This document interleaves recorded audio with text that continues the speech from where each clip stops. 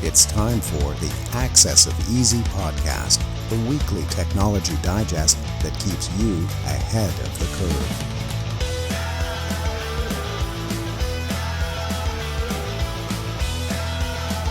Brought to you by EasyDNS.com. Welcome back, everybody, to Access of Easy. This is number 357. My name is Joey, as always, my friend and co-host Len on the other panel. Buddy, what's going on over there? How are you? All right, Joey. Everyday tennis. It's wonderful. I can't say enough about it. Just good weather, good times, good everything. How are you, Joey? I'm good. Do you find that tennis gives you any like muscle pain, calf, ankle? Yeah, my elbow's killing me. Absolutely killing me. And sometimes my wrist, like if I do I bring baskets and I do serves, if I do 2 or 3 baskets by the end, my wrist is done. So yeah, it happens, but I just fight through it. It doesn't really matter. It's only here for another 2-3 months and it's done. Do you do any lactic acid clearing like in your warm-up?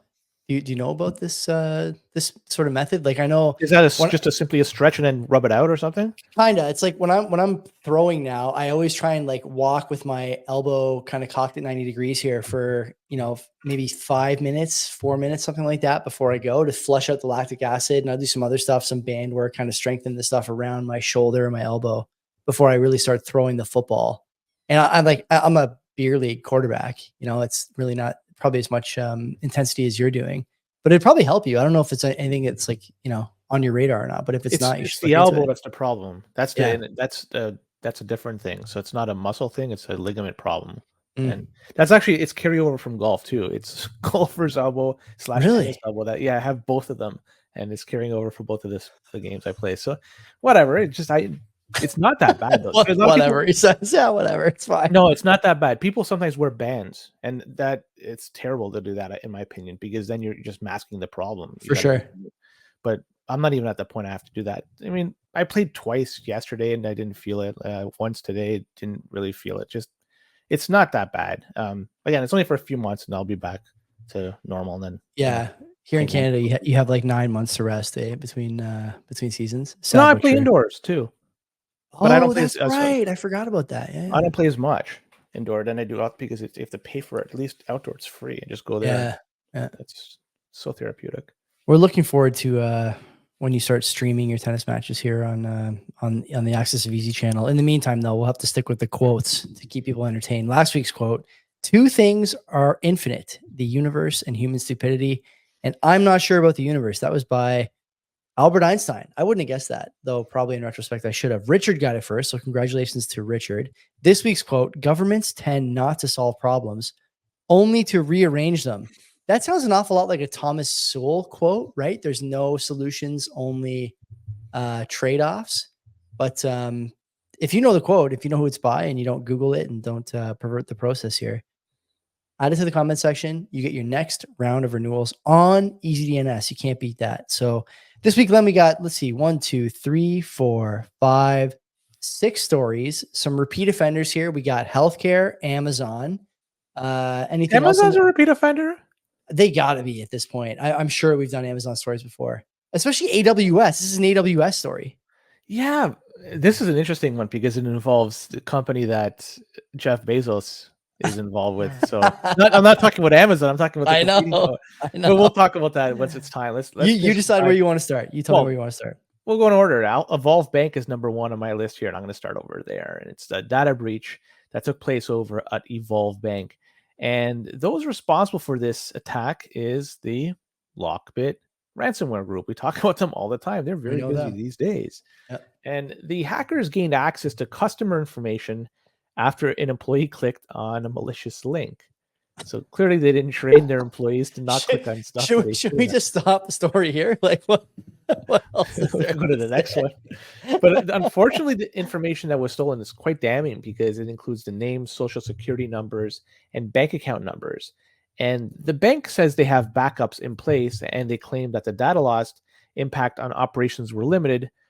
They also say that no funds were accessed. But you know what? Customer data was leaked. And in fintech companies like Wise and Affirm were also impacted by this breach. So it's not like some small companies were impacted. Some big ones were. But either way, what's messed up is that Jason Mikula, and this guy writes for FinTech Business Weekly, And he was talking about it. He was writing about it, this story, covering it, and he was issued a cease and desist letter by Evolve. So he took to Twitter to say that there was a misunderstanding with the posts, as it was perceived he was going to be sharing this information that he got, because apparently he has connections to those who have gained access through this hack material. But either way, I mean, this guy, he's not going to have to hide and not say anything and not inform people what's going on. But really, there's people that should be informed, potential customers and partners of Evolve Bank. They got to know what's happened. But now he might have to stay quiet from all this. It's just a really messed up story. The cease and desist thing is a bit, troubling. It's kind of bearing the lead, I think, as far as the article is concerned. This idea that if you're reporting on a data breach, you get somehow, hushed up by the powers that be. That's ridiculous. TransferWise and, what's now become Wise, the fintech company, is basically an international bank account, I think, by sort of all measurements here for all intents and purposes. So you can imagine what goes into someone opening a bank account, especially one that works across borders. That is sort of their claim to fame. They, will let you use your currency in any other jurisdiction, somewhat remotely, I think, judging by the sort of, research I did. That's a lot of info, man, and, we talk about this a lot on this show, that this idea that you can't really avoid these data leaks because they're always at a place that's sort of a choke point for your information. Banks, healthcare, your municipality, whatever, right? Your taxes. You can't escape this stuff. And yet the protection you get is not nearly the protection you should be entitled to when you're using these services. And, it's becoming more and more frequent. The attacks are becoming more and more frequent. But I think the more alarming thing, Len, is that even as the attacks become more frequent, we kind of giggled about it when the story, when you started talking about the story there. What was the, nature of the breach? It's a link. It's always a stupid guy who works for the company or the government or whatever, clicking a link he shouldn't click. Like this, there's no improvement on the side of the firms who should be protecting your data.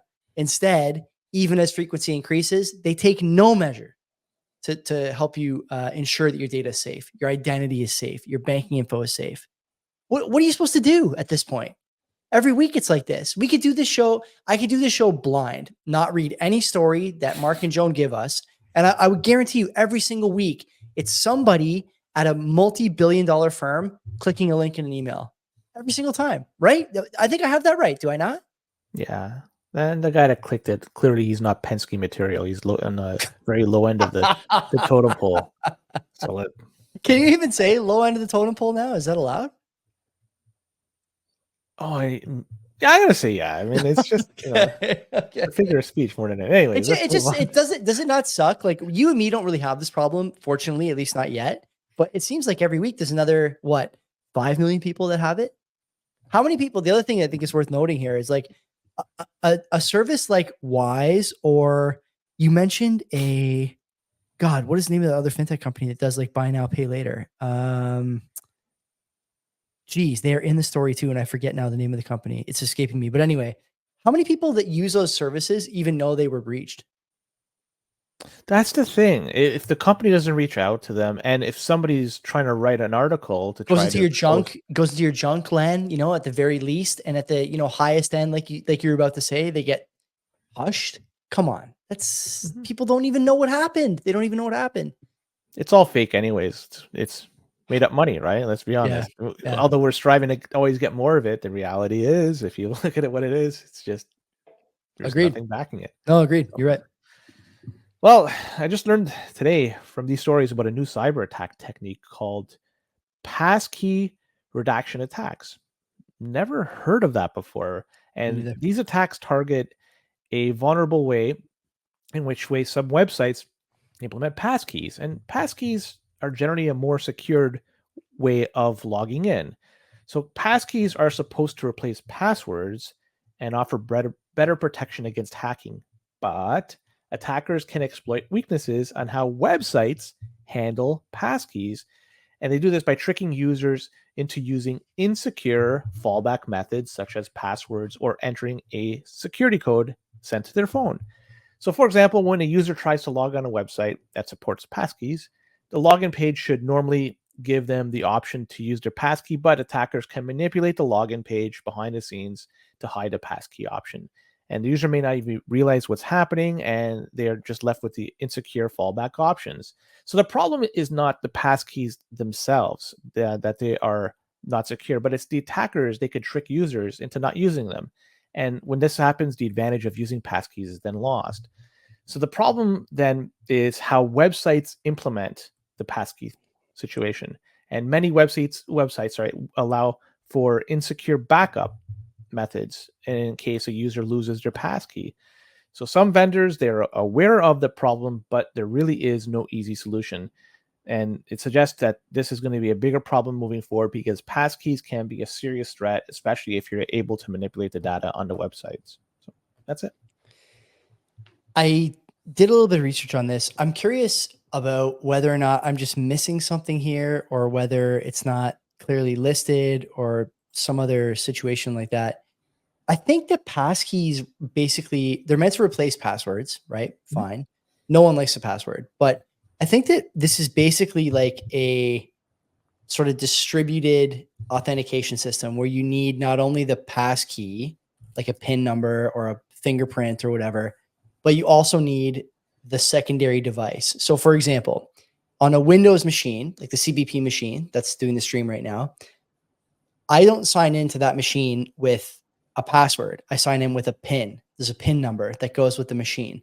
And so when I sign in, the PIN is much simpler than any password I would ever choose. But I think the whole point is that you need the machine plus the PIN code. I don't see that in the story. And so when I see that like the passkey system has been compromised in some way, I kind of wonder whether the real story here is that now people can use passkeys to sign into stuff without the hardware that's associated with the key. Am I making sense? You understand what I'm saying? Like you sort of should need the device plus the PIN, or a more complex password without the secondary device. And so I'm not sure what happened here, but this is pretty significant if you don't need the actual piece of hardware that's affiliated with the PIN to get into like your Microsoft account or your, I don't know, what's another good example, like your bank account or something like that. All the stuff on your phone that you sign into with biometrics. I know on my iPhone, for example, I just came from a Bitcoin meetup. If I want to pay my bill at a restaurant, I just double tap and it looks at my face and I can use my credit card from my phone, right? It doesn't mean that anyone can use my credit card from my phone, or that anyone can use my credit card if they have my face. They need both. And to me, it looks like this story indicates that there's a way around this stuff. Pretty significant, wouldn't you say? Absolutely.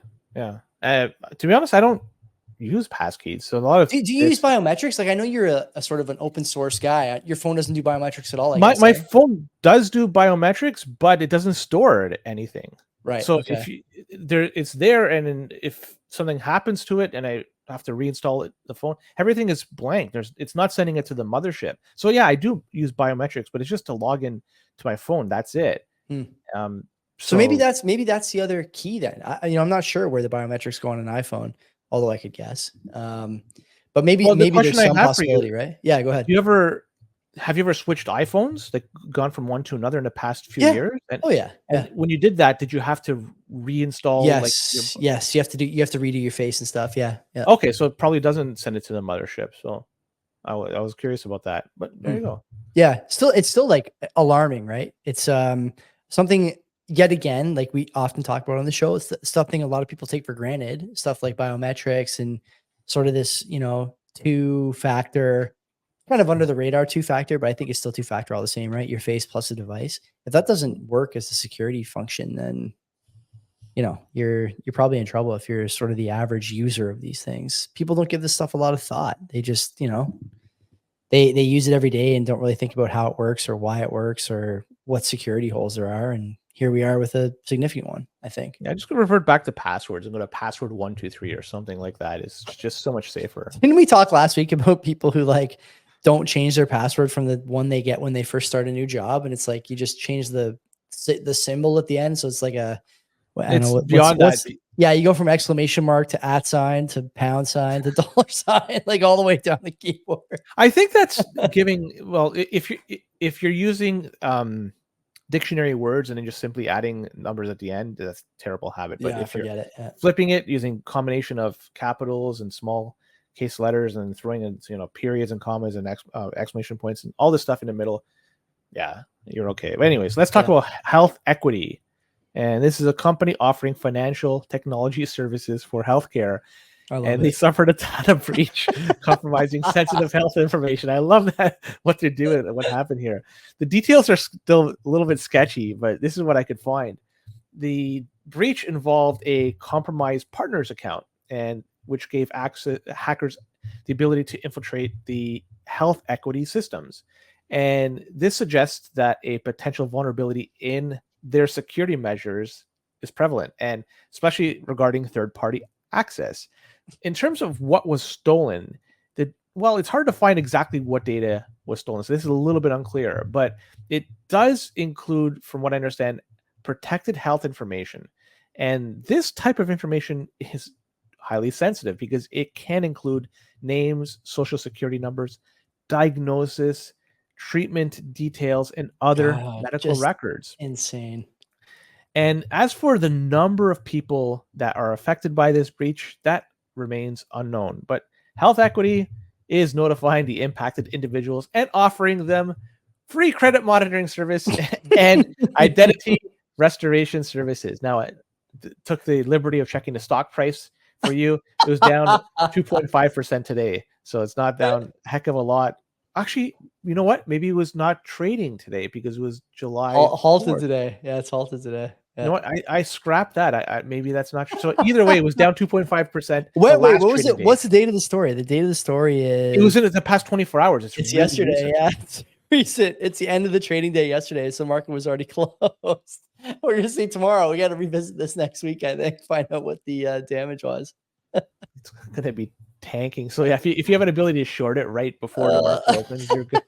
But obviously that's not possible. Len, what are we gonna do with these guys, man? Like, I don't even know what to say. One of the things I like about this is that it seems to me that the more stories we do like of this nature where there's a health provider compromised, do you notice that they kind of are now trying to sort of carve out a definition for the data that was taken? Like, they don't say they got your address, your social insurance number, your diagnostics, your imaging, your bank account, your insurance provider. They just say they got sensitive health information or private health information.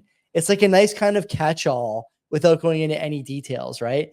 I think that you're going to see more of this. I think there'll be like a legal precedent set over the next, 24 months, 36 months, let's say, as this stuff continues to ramp up. You have to tell people what was stolen, but you don't have to be specific. You can just say private health information. That could include any number of these 15 things. And that's all that's the only disclosure you have to make. I can just imagine this going this way. And, the algos, the trading algos, like you mentioned, these guys are publicly traded. The trading algos will say, oh, well, it didn't look like SIN never came up or address never came up. They'll have to adjust all that stuff to protect the stock price. It's just like, no matter how you slice this, who comes out, losing, Len? It's the user, the customer. It's not HealthEquity. It's the users. Exactly. Always, always, always. And this is the first time I really noticed that they had that kind of catch-all definition for stuff. And I wouldn't be surprised if I saw that more going forward. Isn't it? Don't you think that that's like a rational thing for these guys to try and do? Like, we have to say what was taken, but we don't want to say exactly what was taken. So we'll just, let's pouch this stuff all up and release it, as a separate term or whatever. It's just so garbage. And then the identity theft stuff, like, again, it's a laughing stock. We got to get Mark and Joan to print shirts that say like 2 free years for everybody or whatever. Like the Soup Nazi, maybe like 2 free years for you or something like that. I don't know exactly what the shirt would look like, but we have to at some point. It's just so frequent on this show that we're missing an opportunity here. And if even some customers leave, it doesn't really matter. There's a whole bunch of new potential customers that came in as newly new migrants into the country. So you're just tapping into a different market that have yet to use their service, and it's just it's a revolving door. Just keep coming in, and we have a service for you. Oh You boy. sign up, and away you go. Well, it's true. Let's talk about Amazon. We were leading this off earlier. We'll actually talk about it in detail right now. Perplexity AI. This is a company. It's a startup AI company. And this is on the radar for Amazon for apparently going against the terms of services on Amazon's web services rules. And what did they do? They were scraping websites for data. Perplexity's background's pretty interesting because they are backed by very powerful people, and it's valued around $3 billion. And financially, they're backed by Jeff Bezos' family fund and Nvidia. So I find it's rather interesting that Jeff Bezos' family fund is behind this, and Amazon's the one that's keeping them under the radar for what they're doing. Anyways, Perplexity AI, they've been scraping data, at least that's the alleged concerns here. They denied these accusations and claimed that their AI bots followed the robots exclusion protocol. That's a set of rules established by websites to control how search engine bots can crawl and index their content. However, there is a loophole. If a user specifically requests a URL to be scraped, the Perplexity AI bot will ignore the robots exclusion protocol for that particular instance. So this is causing some concern because it's raising some questions about the potential misuse of technology. Scraping websites without permission can be problematic, right? For a number of reasons. It could overload a website server with traffic, making it slow or even unavailable for legitimate users. Additionally, it could be used to steal data or violate the privacy of the website's users. So AWS, the Amazon Web Services, that's what Perplexity AI relies on to actually do their thing. So they are stating that they have Perplexity AI have prohibited activities that violates their protocol. So it's currently unclear exactly what Amazon's going to do, what's the response, but they're currently investigating this, and that's it. The crawlers thing is interesting from an AI, LLM training model standpoint. There's been a lot of talk in the last little while, especially from the legacy media, about how do we prevent these models from using our content to train the bots. I don't know that you can. I think the more interesting thing to me, though, Len, in this story, is that Nvidia, again, I don't want to say the center, but being implicated in another sort of controversy. Maybe there's some stuff in the Nvidia sphere right now as far as their investments in companies that buy their chips. You and I spoke about CoreWeave, for example, some time ago on CBP. Nvidia issued loans to CoreWeave in order so that CoreWeave could buy Nvidia chips. Do you know what they used for? Do you know what they used to guarantee those loans to CoreWeave? The equipment that The equipment itself. Exactly. Yeah. And like when I see this stuff and it's like, one story like that would be okay. 2 stories, there's maybe something here. This one is a little bit off the beaten path as far as like the AI hardware, quote unquote, strategic investment thing that people are talking about. But it's another kind of sign here that Nvidia is up to no good. And I don't know what what is the benefit to Amazon? I'm not sure exactly what it would be, but how much smoke before you start thinking there's fire for these companies, right? Amazon, AWS especially, huge benefit to the Amazon share price over the last 5 years. People talking about how AWS is this huge thing for startups, and it is. It's like, people can't afford hardware, so they buy cloud compute through AWS or through Azure or through Google Cloud or whatever. So I get that there's real value there. The question is how much. And when I see stories like this, where there's, I don't want to say cooking the books, but some suspicious behavior here between a couple of companies that really rely on cloud to drive share price, it's significant. It's made more significant by the fact that probably these 2 companies, Len, are the only thing keeping the entire global financial sector afloat at this point. Like, you know, you got like Google, Amazon, Facebook, what else? Nvidia, Apple, like that's it, you know, like that's all there is. And so if two of these guys go down for shenanigans, you know, this is dicey stuff. This is why, not to, you know, sort of drive the Bitcoin point home, but a lot of people in Bitcoin look at this stuff and say, I just don't want to play any part of this. I don't want to be relying on these pillars that are clearly made of more sand than concrete at this point. And you know, this is another example. These stories, they're going to pop up more and more. More and more people are looking at these companies under a very, very fine microscope because there's money to be made on shorts, and a lot of people are tired of pretending that these things are worth, you know, what's Nvidia, 3 trillion now, something like that. Insane. It was the most valuable company in the world, you know, a week ago or 2 weeks ago. So yeah, keep an eye on this stuff, man. There's a lot of stories that are just adjacent to each other, you know, maybe just a tad out of the peripheral from one sort of expertise silo to the next, but they're still related. And it's important to keep an eye on this kind of thing. This next story is kind of odd. I don't have really much to say about it. It's about X, and they have rejoined a pro-censorship alliance. And this alliance is called the Global Alliance for Responsible Media. GARM is the acronym. It's apparently one out of affiliated. 5. 1 out of 5 on GARM. I'm not going to, because it's an acronym, I'm not going to even rank it. Like if it's a specific name, I would, but an acronym, like nah, no ranking. Well, GARM is apparently affiliated with the World Economic Forum, and GARM's stated goals are to fight disinformation and promote safety online. Where have you heard this before? Have you heard that before anywhere? Yeah. Many times. Lawmakers, though, have raised concerns that this alliance can be used to censor online speech. And some people are disappointed that X rejoined GARM. They're arguing that it could give the alliance more power to censor content on that platform. So X says it's rejoining GARM in order to make money through advertising partnerships with other GARM members.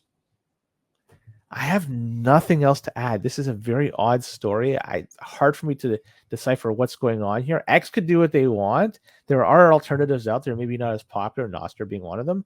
And it's not, it's not going to be censored a problem over there. There's no censoring over on something like Nostr. But you know what? Whatever. If they want to start doing censoring and using the World Economic Forum to help them achieve this type of censorship, all more power to them. You know what? The WEF, for whatever reason, I don't care about them all that much. Me neither. I'm with you on that. Actually, I was just talking to a couple of people at the Bitcoin meetup about how I don't get it. I don't understand the whole Klaus Schwab thing. I will say at the end of the article here is kind of a maybe noteworthy paragraph. Now listed by GARM along with X are YouTube and Chanel. Like the fashion company Chanel? Like what are they? You know, what kind of comms do they have that are, you know, quote unquote safety adjacent? They sell handbags and earrings and ugly belt buckles. Like who's worried about what Chanel is tweeting out? I have no idea. This whole story is kind of, it's not much that I can really add to it. It's just it's a short article too. There's not much here. Yeah, they want to do it. Like all the more power to them, right? Like I have no issues with them joining it. To be honest, oh man, they haven't bothered me. Or maybe they'll bother whatever. Listen, I wish Elon the best. I hope Twitter, sort of maintains its free speech slant. But I don't know. We'll talk about this again in 3 weeks. I'm sure when we find out that there's like some kind of partnership to make sure that Joe Biden gets back into the White House for 4 more years. We'll talk about it in the future when some Bitcoiner that has Lambos coming out of their ears buys up Twitter and then exposes the new Twitter files that shows how they've been censoring everybody, including Bitcoiners. Anyways, let's move on. There's a data breach at OpenAI, and that's the company that creates artificial intelligence technologies. So hackers gained access to an internal messaging system, and they stole details about the design of OpenAI technologies, but not the code itself. OpenAI executives decided not to inform law enforcement or the public about this breach, which is kind of odd. So some OpenAI employees worried that China could steal this information for national security purposes. This is because China has invested heavily in artificial intelligence research, and some experts believe that China could be using stolen AI technology to develop new weapons or other military applications. And this also raises some concerns about how seriously OpenAI was addressing their security risks. The fact that hackers were able to access an internal messaging system, this suggests that OpenAI may not have adequate security measures in place. Come on. So maybe they got that. What's that company we talked to? Whatever. Health Equity. Health Equity. Maybe they should talk to them. Like that guy that was clicking on shit over. You probably get a group rate on 2 years of identity monitoring. OpenAI is getting into that. So some employees believe that OpenAI is downplaying the severity of the breach, but really this is a relatively serious concern for them, for OpenAI, and also for the broader artificial intelligence community as a whole. But either way, companies, not just OpenAI, but everybody out there has to develop strong security measures to protect their technologies. In this case, it's AI technologies. But if they fail to do it, they're just going to continually get owned. And eventually somebody's going to get their information and make them irrelevant because they'll make a better product in the end. So screw them. Okay, can I pause it to you? I think this whole story is fake. And I'm going to tell you why here. If you're not written by AI. If you're not on video, you got to be on video. This guy whose name is allegedly Leopold Aschenbrenner, that's a fake name, okay? A former OpenAI researcher alluded to the security breach on a podcast last month. Does this look like a real person to you? I was going to say it looks rather... Len, this is not a real person. What are we talking about here? Are we sure that this is all legit? Who is this guy? This guy does not look real. You sure? Wait. That's not go to conclusions just yet. Is it? Are we sure it's a he guy? Oh god. Right? Like, you know what I mean? Like, it potentially, who knows? This person is probably the better way to describe it. This person. I don't know if this person is real. Whether Leopold Aschenbrenner, okay? Come on. There's just no way that's a real guy. Even if he's being truthful about his concerns. What is the lesson to take away here, Len? You said this so many times. These guys don't care about your privacy at all. The best case scenario is they leak your password. The worst case scenario is they leak your GPT requests. Okay. This is going to happen at some point, and it is going to blow the roof off of some political campaign, some economic campaign, some government official, you name it. It doesn't matter exactly what the nature of the breach is, but the breach is coming. Why are people using these things? Why? GPT, especially from like the user's point of view, like the retail user, it stinks. It stinks. You can't write it doesn't write a proper paragraph. It doesn't summarize well. It doesn't write with humor. It doesn't write with wit. It doesn't give you good quips. It doesn't make good pop culture references. It doesn't do anything right. Google's AI, which is sort of a sister product to the OpenAI GPT tool. What does it do? You tell Google AI that you're having trouble getting your cheese to stick to your pizza. It tells you to throw some glue on there. These products are not ready for prime time. And I don't know why, with the risk of this stuff being leaked or stolen or given up or hacked or whatever, people are using these products. I don't get it. They're not ready. Wait till they're ready, then make a decision based on risk and reward. But for now, it's a good search engine though. But is it really? Like it maybe takes away like a couple of minutes worth of work on a search request. But Len, by the way, like we talked about before, not today, but in the past, the feedback loop for these things doesn't work for people who are experts. And so it's just garbage results reinforced by people who don't know anything about the thing they're searching for. And so the results get worse and worse. And there's been stories about this. We haven't talked about them on this show, but there's been stories about this negative feedback loop in terms of the quality of the quality of the output.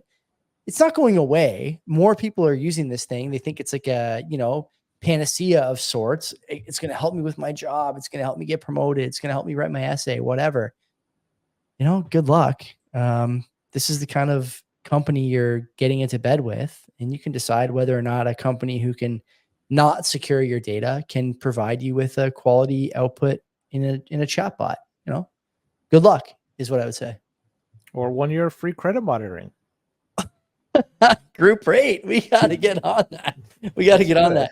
If you get the quote of the week right this week, Mark will give you 1 year of free credit monitoring in addition to all the free hosting. Anyway, that's it. Good night, everybody. No, God he won't. bless. Just let's not.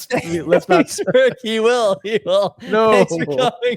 Thanks for coming. Don't forget to sign up for the newsletter, accessofeasy.com. There's many more stories that we don't cover every week because we just don't have time. And not only that, like this is a late one. Normally, I don't do anything past 8 p.m. these days. I know it is late for us. I'm on a Joe Biden schedule. I'm done after 8 p.m.